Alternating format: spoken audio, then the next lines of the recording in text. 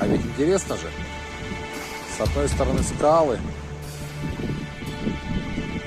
море.